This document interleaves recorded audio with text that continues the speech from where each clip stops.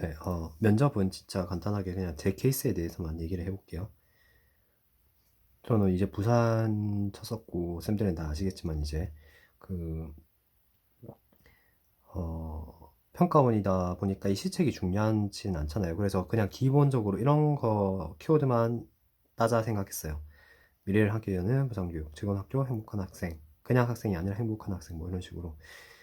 그냥 진로 진학 교육을 지도하겠습니다. 이런 게 아니고 삶을 디자인하는 진로 진학 교육을 지도하겠습니다. 이런 식으로 활용하고자 이렇게 체크를 했었어요.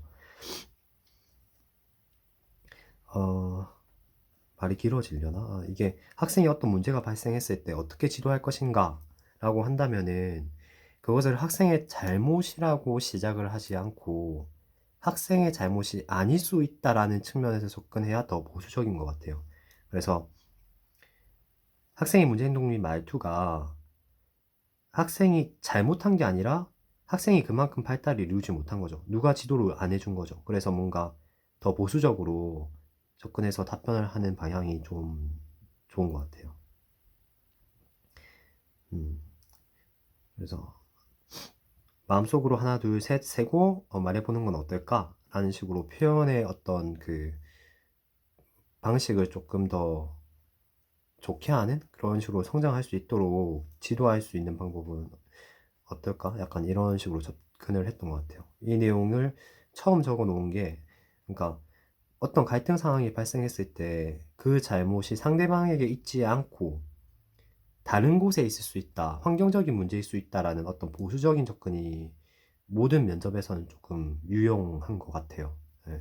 그리고 제가 이런 식으로 접근을 하고 스터디를 했을 때 다른 쌤들이 다 좋은 반응을 보여줬었거든요. 그래서 제가 여기 한번 있는 내용을 소개를 시켜보는 겁니다. 네. 제 단점이 이거 너무 많아서 여기 적어뒀던 거고요. 문제 결국은 이거는 언어 능력이 좀 어느 정도 돼야 되는데 예방과 해결 방안을 혼동하지 않아야 되는데 헷갈리는 경우에는 점수가 나가리가 되니까 이거를 체크를 해볼 필요가 있을 것 같아요. 이거는 또 부산 교육에 대한 그런 거고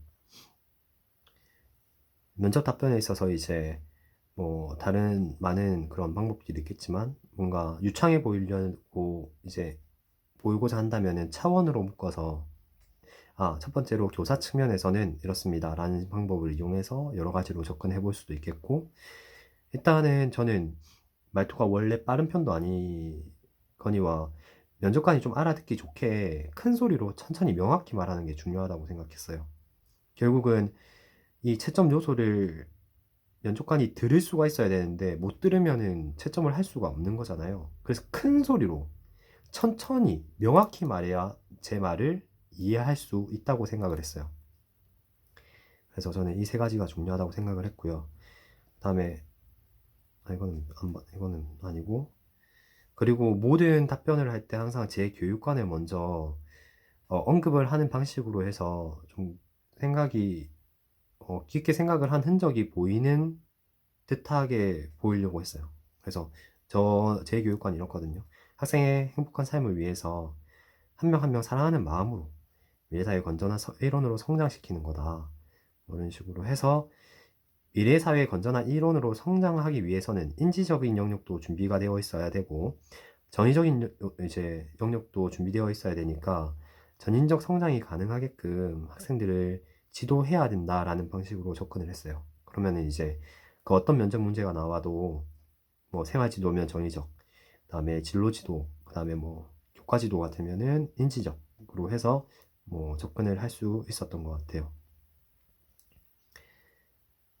이거는 이거는 별로 안 봐도 될 것 같아요. 제 생각엔 이거는 밑에 이제 있는 내용이랑 비슷하다고 볼 수 있는데 일단 사실 이런 내용은 좀 좋았던 것 같아요.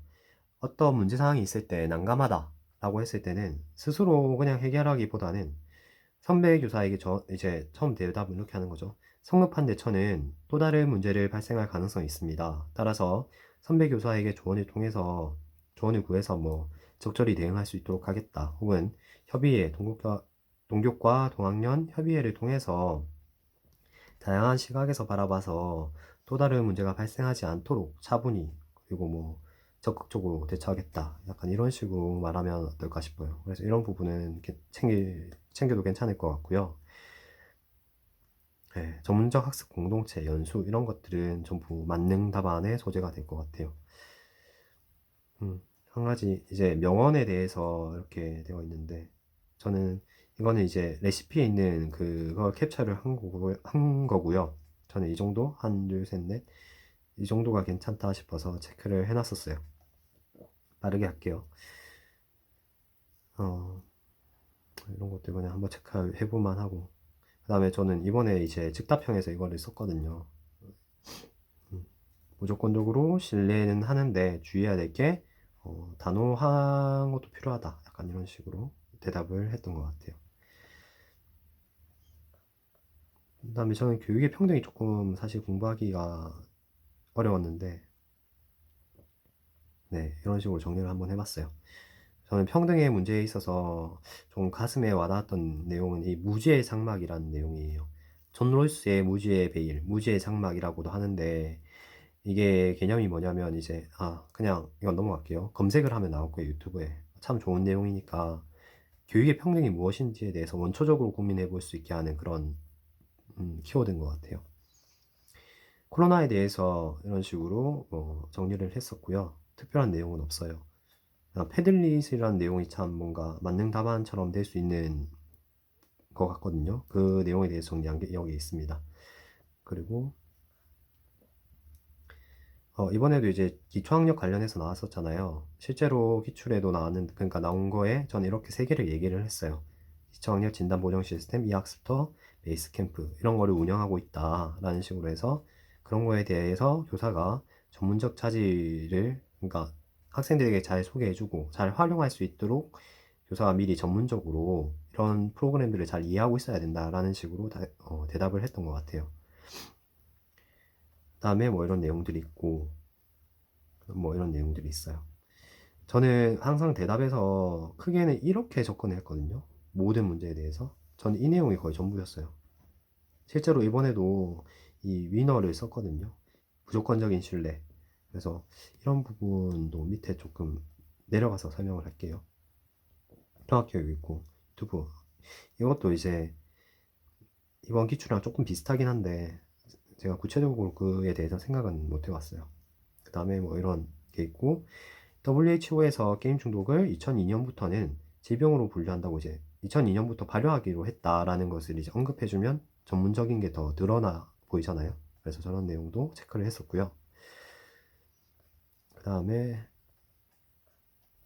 자유학년제, 구역점제, 절대평가, 협동학습. 제가 절대평가 이런 것도 정리한 이유가 협동학습이 2016학년도에 나왔어요. 그래서 뭔가 정리할 필요가 있겠다 싶어서 이렇게 정리를 했었고요. 2014에도 뭔가 나왔네요, 그죠? 2014, 2016에 협동학습이라는 게 나왔어요. 교사학습 방법에 대해서는 기출된 적이 거의 없거든요. 근데 이렇게 나오다 보니까 이제 절대평가라고 하면서 또 여기에 대해서 답을 좀 생각을 해봤던 것 같아요. 민주 시민교육, 다문화 교육 다 중요하고 교사상에 있어서 이제 교사상이니까 저는 조직 일기, 설문조사 스스로 성찰해야 된다는 게 일단 주요 포인트였던 것 같아요. 제 입장에서는 그런 것들이 이제 만능 답안이 될 수 있다 하는 거. 그다음에 여기서 이제 나오는 건데 방금 말했던 이제 위너 교수의 그게 여기 나와요. 그러니까 저는 이거 실제로 지금 서울 교육이라는 책자에서 읽은 내용이에요. 그래서 어려운 환경 속에서도 제대로 성장한 아이들에게는 자신의 입장을 무조건적으로 이해하고 지지하고 받아준 어른이 적어도 한 명 있었다라는 공통점이 있었어요. 그러니까 이번 기출에서도 무조건적인 신뢰를 보낼 것이냐 말 것이냐라고 했을 때 제 교육관에 따라서는 무조건적인 신뢰를 보내서 든든한 어른이 되고 싶다라고 답을 했어요. 스터디 할 때는 이제 계속 이렇게 표현을 했었거든요. 그 다음에 담임. 담임에 대해서는 이제 기출 보면은 담임 교사로서 해야 될 일들이 많았어요. 그래서 뭐 반장의 경우에는 이런 식으로 지도를 하겠다. 학급 의책통, 학급회의 역할 부여, 많이 또 이런 걸 하겠다. 기본적으로 학생들에게는 이제 뭐 학급 근정력, 친절하지만 단호한 태도로 하겠다. 이거에 이제 기본적인 태도라고 생각을 했어요. 그 다음에 뭐 진로 갈등이 있을 때는 뭐 이런 식으로 문제에 대해서 적어놨고, 뭐 화합의 경우에는 이런 식으로 정리를 했고, 겉도난화에 대해서는 이런 식으로 정리를 했고요. 학생 갈등에 대해서는 뭐 이 정도로 정리를 했어요. 그리고 이 정도로 정리를 했고, 토론, 역할놀이에 대해서는 이제 하인스 이야기 있잖아요.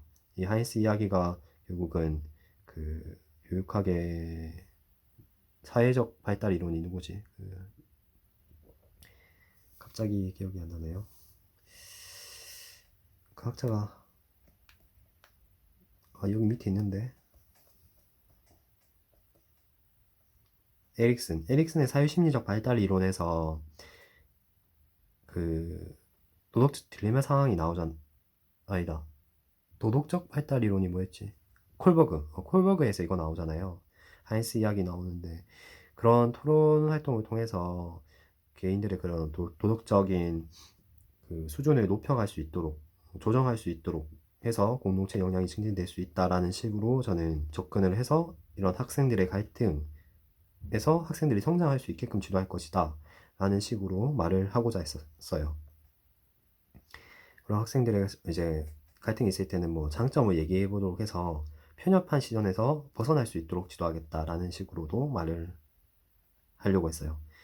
그 다음에 뭐 이런 것들, 원인, 단점, 역할, 대처, 사안 처리, 유의 사항에 대해서 학교 폭력을 정리를 했고요. 이 정도로. 굳이 이런 것들은 다 안 봤어요. 처음에는 이런 1번, 2번 다 했는데 이런 것보다 나중에 결국 이런 것들, 세세한 것들에 대해서 저는 더 잘 봤던 것 같아요.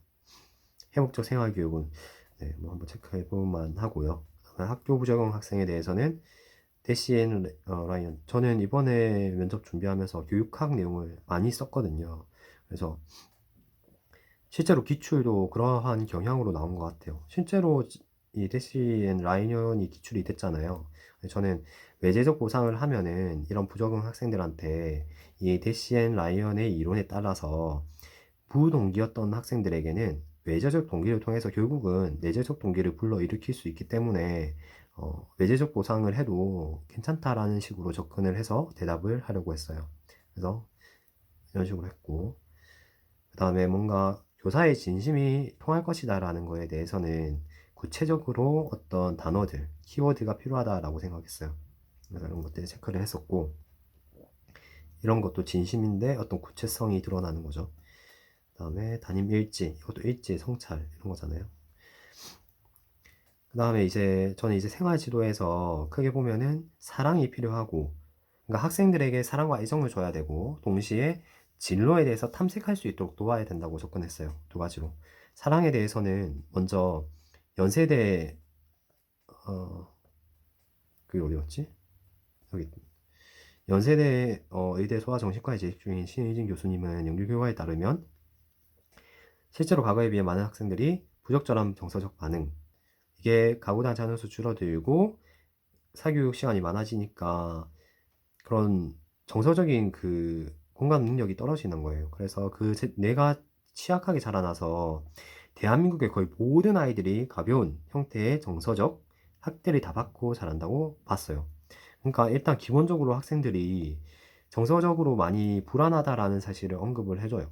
제가 이제 생각했을 때 포인트가. 그래서 이를 위해서는 에릭슨에 대해서 에릭슨이 단계가 있잖아요. 그 단계에서는 인정과 칭찬을 해줘야 된다는 식으로 위기랑 확신 그런 단어들을 활용해서 설명을 하려고 했어요. 그리고 위너 교수 방금 했잖아요. 무조건적인 신뢰까지 준다면 학생들의 대부분의 문제는 해결될 것이다. 근데 이제 처음에 접근할 때 이제 연세대에 있어서 그런 정서적 결핍도 괜찮은데 신의진 교수님 그죠? 허씨의 입장에서도 똑같은 거예요. 그죠? 사회적 유대가 약화될 때 비행을 저지른다고 보는 이론이잖아요. 그래서 이런 사랑이 필요하다는 근거로 허쉬 이론을 들 거고 에릭슨 위너 똑같은 방향으로 설명을 하고자 했어요. 그래서 뭐 이런 거 있었고 그래서 저는 실제로 이번 시험에 이 위너를 썼다고 방금 얘기했었죠. 그 다음에 진로에 대해서는 이제 개인적으로 학급 시간에서 할 수 있는 거, 그 다음 커리어넷이라는 어떤 이런 교육부가 운영하는 거에 대해서 진행할 수 있겠다. 이건 한번 검색해서 실제로 그 사이트를 찾아보는 게 좋을 것 같아요. 그 다음에 학급 운동회, 학급 일지 뭐 이런 것들을 적었어요. 그 다음에 아동학대 신고 의미 이런 것도 체크했었어요. 이런 건 제 생각으로 정리를 한 거예요. 그 다음에 수업 대처. 이것도 한번 읽어보시면 좋을 것 같아요. 저희 어머니가, 저희 어머니가 이제 학교 관리자로 계신데, 이거 같이 얘기해보면서 저도 제 생각을 얘기해보고 같이 했던 것 같아요. 괜찮은 것 같아요. 그리고 기본적으로는 모든 교사 갈등, 그러니까 교사 학생 간의 갈등이나 교사 간의 갈등에서는 항상 이렇게 대답을 했어요. 이렇게. 이게 정답인 것 같아요. 그러니까 먼저 학생들의 입장에 대해서 경청을 먼저 해야 되겠죠. 그 다음에 그것에 대해서 공감을 해줘야 되겠죠. 왜 자신의 입장을 이해해 주길 바라잖아요. 보통 사람들은. 그래서 먼저 공감을 하고 그때 이제 iMessage 등을 활용해서 나의 입장을 진솔하게 얘기를 하는 거죠. 그래서 그 다음에 이제 학생과 약속을 하거나 방향을 제시해서 상담이 이루어진다고 생각을 했어요. 다음에 뭐 이런 내용들도 괜찮은 것 같고 교사 갈등도 마찬가지 똑같은 거예요. 경청, 공감, 진솔성, 협력. 근데 이런 진솔성에 있어서 이제 공감을 했다면은 어느 정도 존중, 칭찬을 하고 조언을 부탁한다. 너는 존중할 테니 하고 나는 부족하니까 조언을 해달라라는 방식으로 조금 저자세라고도 할 수 있나요? 우리는 신규 교사잖아요. 그냥 신규 교사라이니까 라는 식으로 그냥 계속 얘기를 하면은 저자세가 아니라 당연한 어떤 조직 내에 적절한 태도라고 생각했어요. 그래서 이런 식으로 접근을 했고 어떤 갈등이 있다면 비공식 조직을 활용해서 갈등 교사의 관심사를 파악해서 공식 조직이 활성화될 수 있다는 그런 교육학적인 이론을 넣으려고 했어요. 협력해서 부족한 부분 잘 협력 배울 수 있다. 뭐 이런다고 얘기를 했네요. 그래서 신규 교사로서 무조건 열심히 하겠다라는 말이 중요한데 그 근거가 중요하잖아요. 그 근거로서 이런 내용을 들었어요. 이런 내용을 참고해 보면 좋을 것 같아요. 저자세라서 무조건 열심히 하겠다라는 건데 근거가 중요하니까 이런 것들을 챙기면 좋겠어요.